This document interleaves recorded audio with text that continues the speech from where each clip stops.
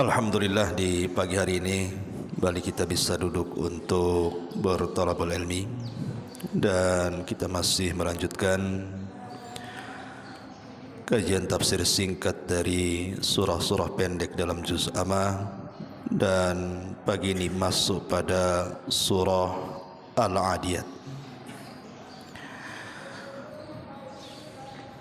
A'udzubillahi minasyaitonir rajim. Bismillahirrahmanirrahim. Wal-'adiyati dhabha fal-muriyati qadha fal-mughirati subha fa'atharna bihi naq'an fawasatna bihi jam'a. Demi kuda-kuda yang berlari kencang, dhabha sehingga mengeluarkan suara terengah-engah, fal muriyati dan kuda-kuda yang memercikan qadha bunga-bunga api, fal mughirati dan kuda-kuda yang menyerang subha di waktu pagi, fa atharna bihi naqa sehingga menerbangkan debu-debu, fa wasatna bihi jam'a lalu menyerbu ke tengah-tengah kumpulan musuh. Innal insana li rabbih lakanud. Surah Al-Adiyat ini di antara asbab nuzulnya adalah Nabi SAW satu hari mengutus sebuah pasukan khusus sebanyak 100 orang,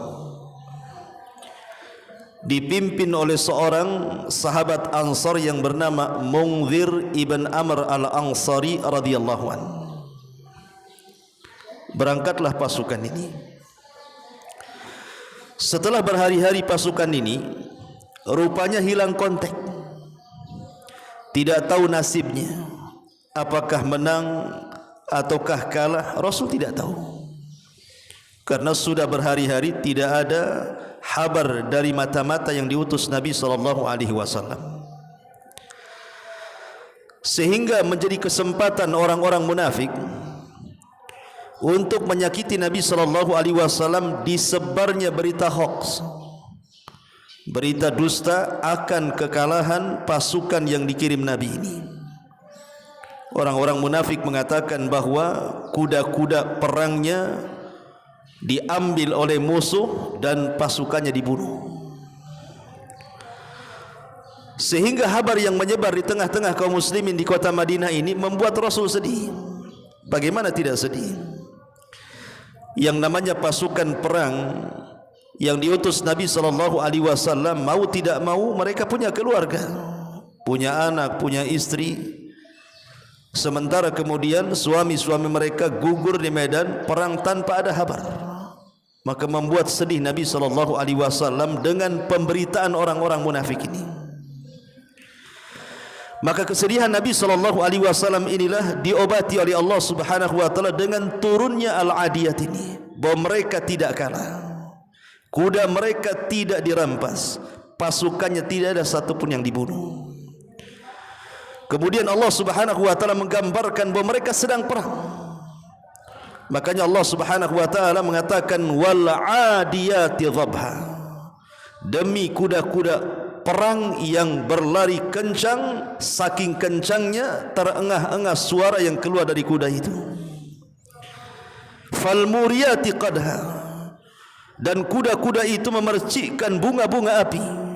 Maknanya mereka berperang di waktu yang masih gelap, karena kalau siang hari tidak mungkin percikan sepatu kuda dengan batu nampak apinya.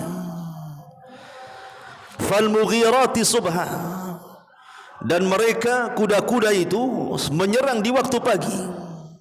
Fa'atharna bihi naqa, sehingga menerbangkan debu-debu. Fawasatna bihi jam'a, lalu menyerbu ke tengah-tengah musuh dan bisa mengalahkan musuh. Jadi Allah Subhanahu wa taala gambarkan kepada Rasul pemberitaan orang-orang munafik tidak benar. Justru pasukan sedang berperang, berkecamuk, dan Allah menangkan peperangannya. Inilah di antara sebab nuzul kenapa surah Al-Adiyat ini turun. Di sini Allah Subhanahu wa taala bersumpah dengan kuda. Kaidah Al-Quran ikhwan, kalau antum belajar tafsir, Allah Subhanahu wa taala selalu bersumpah dengan makhluknya, tapi tidak semua makhluk dijadikan sumpah, hanya makhluk-makhluk tertentu saja. Dan Allah Subhanahu wa taala ketika bersumpah dengan makhluknya dalam Al-Quran menunjukkan makhluk yang dijadikan sumpah itu memiliki keistimewaan di hadapan Allah. Tidak semua makhluk dijadikan sumpah, hanya makhluk-makhluk Allah yang punya keistimewaan di hadapan Allah. Salah satunya Allah bersumpah dengan kuda, karena kuda itu istimewa dalam Islam. Makanya Nabi SAW mengatakan fi nawasiha khairun, di ubun-ubun kuda itu ada kebaikan sampai kiamat. Makanya kita lihat bahwa di zaman Nabi SAW pasukan berkuda itu sangat istimewa, dan kuda ini punya keistimewaan tidak dimiliki binatang-binatang yang lainnya. Kenapa? Karena keberanian kuda itu ditentukan oleh penunggangnya. Jadi kalau penunggangnya berani, kudanya berani. Kalau penunggangnya pengecut, kudanya pun ikut pengecut. Jadi kuda itu tergantung siapa penunggangnya dia. Makanya di zaman Nabi SAW ada seorang sahabat namanya Zubair ibn Awam. Itu kalau naik kuda ikhwan, dua tangannya tidak memegang pelana, tapi dua-duanya pegang pedang. Saking lincahnya beliau. Dan Nabi SAW memuji beliau. Makanya beliau satu di antara 10 sahabat yang dijanjikan masuk surga karena dikenal keberanian dalam perang, dan itu diwarisi kepada anaknya Abdullah ibn Zubair. Luar biasa. Ma'asyiral muslimin yang dimuliakan Allah Subhanahu wa taala, wal 'adiyati dhabha, demi kuda-kuda perang yang berlari kencang terengah-engah. Fal muriyati qadha, demi kuda-kuda perang yang memercikkan bunga api. Fal mughirati subha, dan demi kuda-kuda perang yang menyerang di waktu pagi. Dan ini sunnah Nabi. Nabi SAW kalau menyerbu sebuah musuh, dia tidak akan menyerbu di siang hari, dia akan tidak akan menyerbu di sore hari, apalagi di malam hari.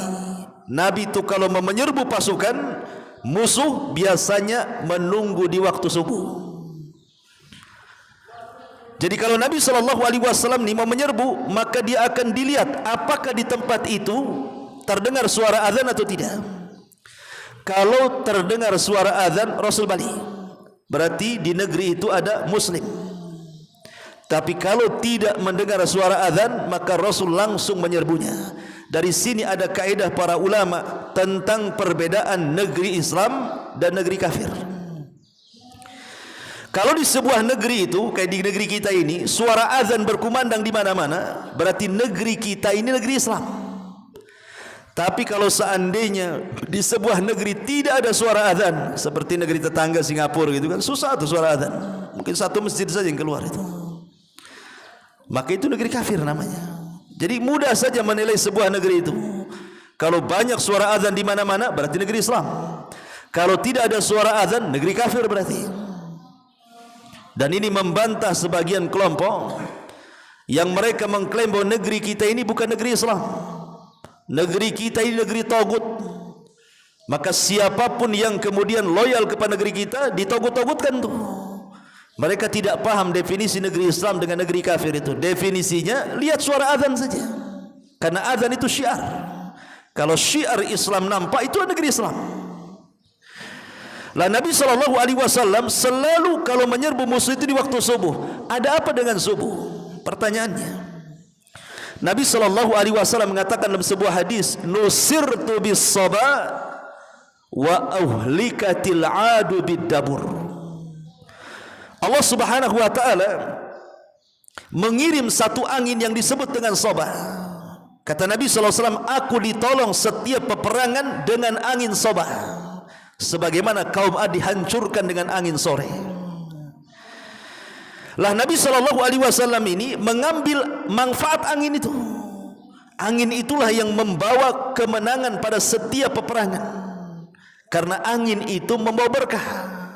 Makanya Nabi SAW berdoa kepada Allah Subhanahu wa taala, Allahumma barik li ummati fi bukuriha. Ya Allah, berkahi umatku di waktu paginya. Kenapa waktu pagi waktu berkah? Karena ada angin yang disebut dengan angin soba tadi. Makanya kalau antum baca hadis tentang wanita-wanita di zaman Nabi SAW, tidak ada satupun riwayat wanita-wanita berjamaah selain waktu subuh. Bukan berarti tidak boleh berjamaah di waktu selain subuh, zuhur, asar, boleh. Rasul mengatakan la tamna'u ima Allah masajid Allah. Jangan kau larang wanita-wanita kalian berjamaah di masjid. Tetapi tidak ada riwayat yang seperti itu.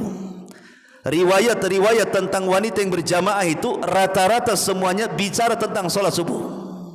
Jadi para sahabiah itu, para wanita di zaman Rasul, kalau sholat subuh berjamaah bersama Nabi.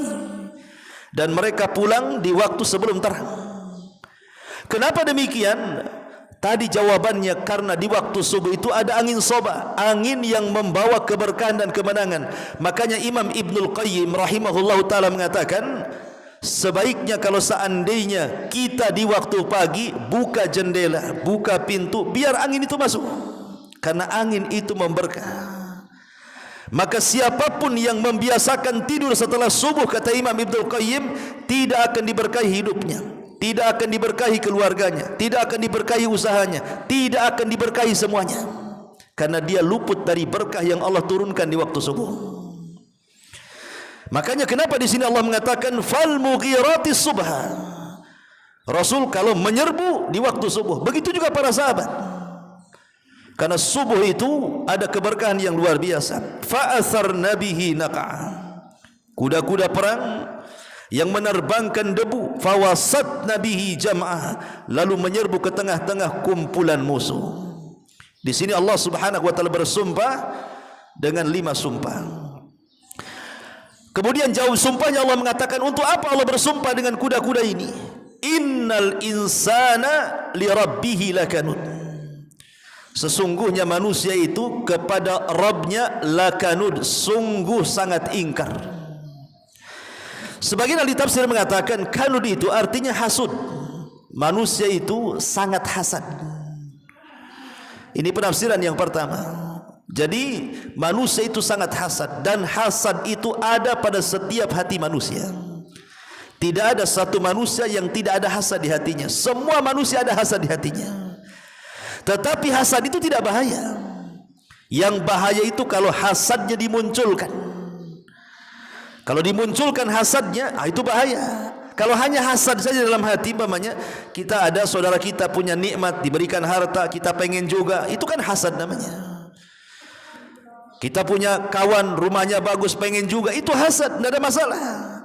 Tetapi kalau seandainya hasad itu dimainkan, kemudian dia berangan-angan supaya nikmat yang Allah berikan kepada orang lain hilang dan berpindah kepada dia, itu yang disebut hasad mazmum, hasad yang tercela. Yang Allah Subhanahu wa taala menyuruh kita untuk berlindung min syarri hasidin idza hasad, dari keburukan orang hasad ketika dia memainkan hasadnya. Ini penafsiran yang pertama. Penafsiran yang kedua, kanud itu artinya manna'ulil khair, susah untuk melakukan kebaikan. Susah untuk melakukan kebaikan, khususnya kebaikan-kebaikan yang sifatnya muta'addi, yang sifatnya itu manfaatnya kepada orang lain, itu disebut kanud. Susah untuk membantu, susah untuk menolong, pokoknya hidupnya sendiri saja, dia tidak membantu orang lain, itu juga disebut kanud. Ada juga yang mengatakan kanud itu artinya al-asi, manusia itu sungguh suka bermaksiat kepada Allah Subhanahu wa taala. Kemudian Allah mengatakan wa innahu ala dzalika lasyahid, dan sesungguhnya manusia itu menyaksikan dirinya. Artinya ketika manusia bakhil, ketika manusia hasad, ketika manusia malas untuk melakukan kebaikan, dia tahu bahwa dia itu memang malas untuk itu. Bukan tidak sengaja gitu ya, memang dia tahu. Masalahnya ketika manusia tahu bahwa dia itu kanud, terus saja dia di atas kekanudannya. Dan itu disebabkan satu masalah, kata Allah, wa innahu li hubbil khairi lasyadid. Ini penyakitnya. Kenapa manusia itu sampai kanud, bakhil, hasad, dengki dan begitu seterusnya? Penyakitnya adalah wa innahu li hubbil khairi lasyadid, karena manusia itu terlampau mencintai harta berlebihan. Kata para ulama, ikhwan, demi Allah, kata para ulama, kalau seandainya manusia itu mencintai akhirat sama seperti kecintaan dia kepada dunia, tidak ada manusia yang masuk neraka. Kalau seandainya manusia itu cintanya kepada akhirat sama seperti cintanya manusia kepada dunia, semua manusia pasti masuk surga Firdaus. Tetapi tidak demikian. Kecintaan manusia kepada harta melebihi kecintaan mereka kepada akhirat. Makanya lihat dampak orang cinta kepada harta. Orang bisa kufur gara-gara harta. Orang bisa murtad gara-gara harta. Orang bisa berpisah gara-gara harta. Orang bisa hasad gara-gara harta. Orang bisa perang gara-gara harta. Suami istri bisa pisah. Tetangga bisa bermasalah. Waris-waris, ahli waris saling membunuh. Itu semua gara-gara harta. Makanya Allah mengatakan wa innahu li hubbil khairi lasyadid. Manusia ini terlampau mencintai harta. Makanya ulama mengatakan obat supaya kita tidak terlampau mencintai harta, maka ayat setelahnya Allah katakan afala ya'lamu idza bu'thira ma fil qubur. Ini obatnya. Obatnya apa? Afala ya'lam. Maka tidakkah manusia mengetahui idza bu'thira ma fil qubur, apabila telah dikeluarkan apa yang ada di kubur. Maknanya kalau ingin mengurangi kecintaan kita kepada harta, biasakan untuk ziarah kubur. Makanya Nabi SAW mengatakan kuntu nahaitukum an ziyaratil kubur fazuruha fa innaha tudzakirukumul akhirah. Dulu aku larang, kata Rasul, kalian ziarah kubur, tapi sekarang silahkan ziarah kubur, karena ziarah kubur itu mengingatkan kalian tentang kematian dan akhirat. Orang kalau ingat kematian, ingat akhirat, maka akan sedikit kecintaan dia kepada harta. Tapi ketika seseorang kemudian dilupakan tentang kuburan, dilupakan tentang akhirat, hatinya semakin keras, semakin kencang pula angan-angannya kepada harta. Memang begitu matematikanya. Orang kalau cinta dengan akhirat, lupa dengan dunia. Orang kalau cinta dengan dunia, pasti dilupakan akhirat. Dan tidak mungkin mengimbangkan antara dunia dan akhirat. Dusta kalau ada yang mengatakan saya ingin 50-50 dunia dan akhirat. Mustahil, sangat mustahil. Coba orang yang mengatakan seperti itu, saya ingin ya separuh hidup saya untuk dunia, ya separuh untuk harta, 50-50 sajalah. Tidak bisa, karena Allah mengatakan Rabbana atina fid dunya hasanah wa fil akhirati hasanah wa qina adzabannar. Di sini ada 3 kalimat. Sering kita berdoa, ini kan doa sapu jagat namanya ya. Rabbana atina fid dunya hasanah. Ya Allah, berikan kepada kami dunia yang baik. Wa fil akhirati hasanah, dan akhirat yang baik. Wa qina adzabannar, dan jauhkan kami dari azab neraka. Lihat, dari 3 kalimat ini hanya 1/3 kita minta dunia, 2/3-nya akhirat. Kan 1/3 dunia kan? Ini kan 3 kalimat. Kalau kita bagi 3, 1/3, 1/3, 1/3, 1/3-nya Rabbana atina fid dunya hasanah, 1/3-nya wa fil akhirati hasanah, 1/3-nya wa qina adzabannar. Menunjukkan, kata para ulama, doa Rabbana atina fid dunya hasanah ini 2/3 minta akhirat, 1/3-nya minta dunia. Itu maksudnya. Maka di sini Allah Subhanahu wa taala memberikan obat. Kalau orang sudah cinta dengan dunia, ingatlah kuburan, bahwa kita akan mati di situ. Kemudian yang kedua, untuk mengurangi kecintaan kita kepada dunia, lihatlah akibat-akibat orang-orang yang Allah binasakan gara-gara harta. Lihat Qarun. Allah katakan dalam Al-Quran, فَخَسَفْنَا بِهِ وَبِدَارِهِ الْأَرْضَ. Kami tenggelamkan Qarun dan seluruh kekayaannya. Lihat Fir'aun, فَأَغْرَقْنَاهُ وَجُنُودَهُمْ وَأَغْرَقْنَاهُمْ وَجُنُودَهُمْ. Kami tenggelamkan mereka semuanya ke dalam lautan. Lihat Namrud, bagaimana Allah wafatkan dengan 1 nyamuk yang disarangkan di otanya 40 tahun kemudian mati. Dan begitu seterusnya. Afala ya'lamu idza bu'thira ma fil qubur. maka tidakkah dia mengetahui apabila telah dikeluarkan apa yang ada dalam kuburan, wa hussila ma fis sudur, dan ditampakkan apa yang disimpan dalam dada, inna rabbahum bihim yauma idzil lakhabir, sungguh Tuhan mereka terhadap mereka pada hari itu maha meneliti. Ma'asyiral muslimin yang dimuliakan Allah Subhanahu wa taala, di sini Allah Subhanahu wa taala hendak memberikan obat bagi penyakit-penyakit hasud, penyakit-penyakit kanud, penyakit-penyakit hubbul khair, dengan cara mengingat akhirat. Ingat bahwa ada hari kebangkitan setelah kematian.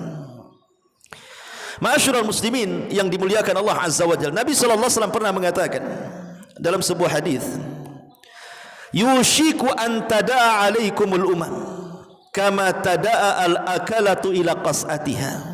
Kata Rasul, hampir-hampir umat Islam ini akan dikepung dari semua arah oleh orang-orang kafir, seperti nampan yang penuh dengan makanan dikelilingi orang lapar.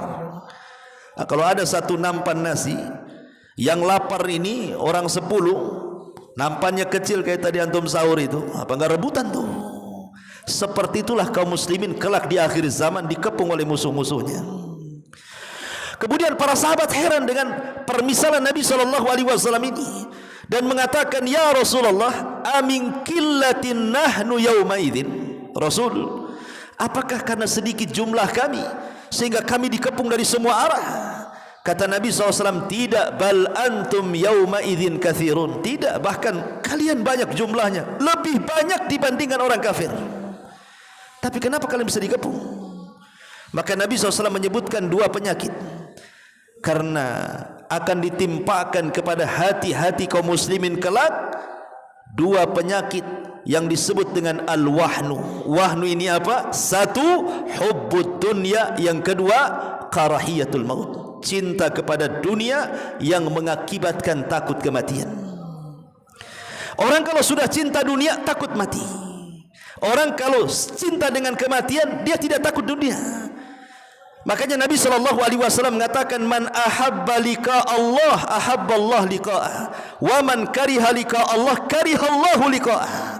Siapa yang cinta berjumpa dengan Allah, Allah cinta berjumpa dengan dia. Siapa yang benci berjumpa dengan Allah, Allah pun benci berjumpa dengan dia. Para ulama mengatakan, apa maknanya hadis ini? Hadis ini maknanya, orang kalau seumur hidup dia, selama dia hidup itu, dia investasikan tenaganya, dia investasikan semua daya dan kekuatannya, termasuk hartanya, waktunya, keluarganya untuk kehidupan akhirat, maka orang ini akan lebih cinta akhirat dibandingkan dunia. Tapi kalau seandainya kehidupannya dia investasikan hanya untuk dunia saja, waktunya untuk dunia, setiap jam detiknya untuk dunia, otaknya hanya mikir dunia, dunia, dunia saja, maka selamanya orang ini akan takut kematian. Kenapa? Karena kematian maknanya berpisah dengan dunia yang selama ini dikejarnya. Makanya dia takut kalau mati. Bagaimana rumah saya, bagaimana kebun saya, bagaimana ATM saya, bagaimana anak istri saya, dan begitu seterusnya. Akhirnya dia takut mati itu. Tapi kalau seandainya dia bangun istananya di sorga, dia membangun taman-taman di sorga, istana-istana di sorga, ketika detik-detik wafat itu yang mereka inginkan. Makanya orang-orang yang beriman apabila meninggal, kemudian jasadnya dibawa di atas keranda, ruhnya akan berteriak-teriak dan mengatakan, qaddimuni, segerakan aku, segerakan aku. Maknanya kematian itu minta disegerakan, segerakan masukkan aku ke liang lahat. Karena dia ingin bersegera masuk ke dalam sorga yang ditampakkan saat kematiannya. Dari sini ma'asyiral muslimin yang dimuliakan Allah Azza wa Jalla, bahayanya dua penyakit ini, hubbud dunya wa karahiyatul maut. Khalid bin Walid radhiyallahu anhu, ma'ruf Khalid bin Walid ya. Walaupun Khalid bin Walid ini masuk Islam telat dia. Bayangkan Rasul sudah berdakwah 20 tahun baru dia masuk Islam. Jadi selama Rasul berdakwah 13 tahun di kota Mekah, enggak ada ketertarikan Khalid bin Walid masuk Islam. Ketika Rasul hijrah ke Madinah sampai tahun ke-7 Hijriah, enggak ada ketertarikan masuk Islam. Sudah 20 tahun lewat Islam itu, Khalid tidak tertarik masuk Islam. Baru setelah tahun ke-7 Hijriah, Khalid bin Walid baru masuk Islam. Dan perang yang pertama kali diikuti adalah perang Mu'tah, perang melawan orang-orang Romawi. Itulah perang perdana Khalid. Itu pun bukan sebagai pemimpin, karena yang memimpin adalah Zaid, kemudian Ja'far dan Abdullah ibn Rawaha. Kata Rasul, kalau Zaid pegang bendera dia gugur, maka Ja'far yang pegang bendera. Kalau Ja'far gugur, pegang Abdullah ibn Rawaha. Kalau gugur, berarti sudah tidak ada panglima. Subhanallah, apa yang disabdakan Rasul, 3 panglima gugur. Sahabat bingung, karena Rasul tidak mengatakan yang keempatnya. Lah kebetulan di tengah-tengah pasukan itu adalah Khalid bin Walid. Dan Khalid bin Walid terkenal di masa jahiliyah memang piawai perang. Buktinya perang Uhud kalah kaum muslimin, karena ketika itu yang memimpin perang Khalid dari kalangan orang-orang musyrik. Akhirnya mereka sepakat memilih Khalid untuk menjadi pemimpin perang, dan Allah menangkan. Ada satu kisah yang menarik dalam perang Mu'tah ini. Sorbannya Khalid ini jatuh. Sorbannya Khalid jatuh. Khalid ini ingin mengambil sorban dia, sampai dia harus berperang, hanya ngambil sorbannya saja. Sehingga sahabat mengatakan, ya Khalid, engkau ini berperang karena Allah atau karena sorban, katanya. Kenapa kau sampai mati-matian ingin mengambil sorban itu? Kata Khalid bin Walid, dia mengatakan, demi Allah, aku berperang karena Allah, bukan karena sorban. Tetapi di sorban itu ada beberapa helai rambut Nabi SAW. Aku tidak hendak rambut itu dihinakan orang-orang kafir, makanya aku ambil. Lah ketika Khalid bin Walid dimenangkan dalam peperangan Mu'tah ini, sehingga pemimpin Romawi ini penasaran, kok pasukan kecil bisa mengalahkan pasukan gajah gitu ya. Akhirnya berdialoglah dengan Khalid tentang kunci kemenangan. Kenapa kok bisa menang perang? Nah, itu pertanyaannya. Lihat nih jawabannya Khalid bin Walid, singkat, padat, dan inilah kunci kemenangan. Kata Khalid bin Walid, karena kami kaum muslimin nuhibbul mauta kama tuhibbul haya, katanya. Karena kami cinta dengan kematian sebagaimana kalian cinta kehidupan. Itu mantap jawabannya. Karena kami cinta kematian, kalau kalian justru cinta kehidupan. Makanya saya katakan di awal, kalau orang mencintai akhirat itu sama dengan kecintaan manusia kepada dunia, tidak ada orang masuk neraka. Tapi rupanya Allah katakan, innal insana, sesungguhnya manusia itu kepada harta itu hubban jamma, melampau dibandingkan kecintaan mereka kepada akhirat. Wallahu a'lam bishawab. Subhanaka wa bihamdika asyhadu an la ilaha illa anta astaghfiruka wa atubu ilaik. Allahu ta'ala. Assalamualaikum warahmatullahi wabarakatuh.